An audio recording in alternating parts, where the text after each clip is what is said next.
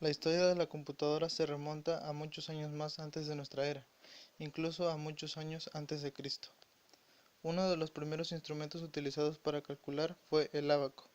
El ábaco fue un artefacto que servía para efectuar operaciones matemáticas sencillas, sumas, restas, multiplicación. Consiste en un cuadro de madera en varas paralelas por las que recorren bolitas móviles, útil también para enseñar estos cálculos simples.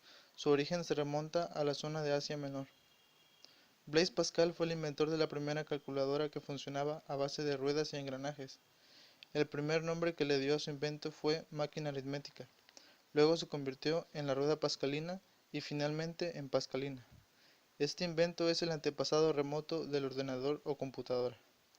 Fue en el año 1642, con 19 años, cuando Pascal concibió la idea con el fin de facilitar la tarea de su padre que acababa de ser nombrado contador de su provincia.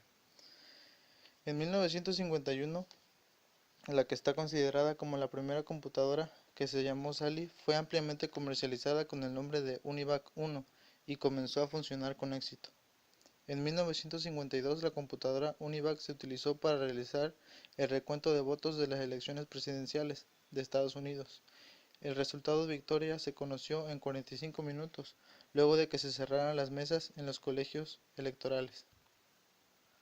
En 1952 entran las llamadas IAS Machines, diseñadas por John von Neumann y que incorporaban notables mejoras respecto a su predecesora, y en 1962 Steven Russell creó el primer juego para computadoras que se llamó Space World.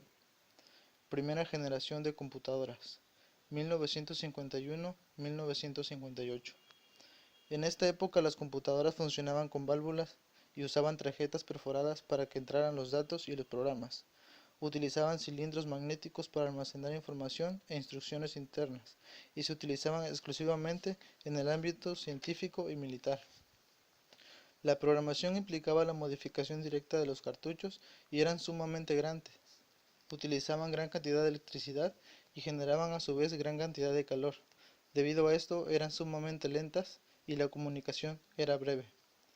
Segunda generación, 1958-1964. Las características de esta generación era que la mayoría de las computadoras utilizaban transistores para procesar la información. Los transistores eran más rápidos, pequeños y más confiables que los tubos al vacío. 200 transistores podían acomodarse en la misma cantidad de espacio que un tubo. Usaban pequeños anillos magnéticos para almacenar información e instrucciones. Producían gran cantidad de calor y también eran sumamente lentas.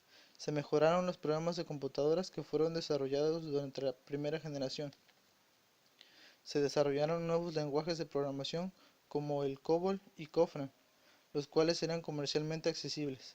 Se usaban aplicaciones de sistemas de reservaciones de líneas aéreas, control de tráfico aéreo y simulaciones de propósito general. Surgieron las minicomputadoras y los sistemas de terminales a distancia. Se comenzó a disminuir el tamaño de las computadoras y aparecen muchas compañías, y las computadoras eran bastante avanzadas para su época, como la serie 5000 de Urrox. Algunas computadoras se programaban con cintas perforadas y otras por medio de cableado en un tablero. Tercera generación, 1964-1971. Comienza a utilizarse los circuitos integrados, lo cual permitió abaratar costos al mismo tiempo que se aumentaba la capacidad de procesamiento y se reducía el tamaño de las máquinas. Esta generación emergió con los circuitos integrados, pastillas de silicio en las que colocan miles de componentes electrónicos en una integración en miniatura. Cuarta generación, 1971-1988. Fase caracterizada por la integración de los componentes electrónicos, lo que proporcionó la aparición del microprocesador, es decir, un único circuito integrado en el que se reúnen los elementos básicos de la máquina y se colocan más circuitos dentro de un solo chip. Cada uno de estos puede hacer diferentes tareas. Se reemplaza la memoria de anillos magnéticos por la memoria de chips de silicio. Se desarrollan los microcomputadores, o sea, computadores personales o PC, además de que consumían menos electricidad, por lo tanto generaban menos calor.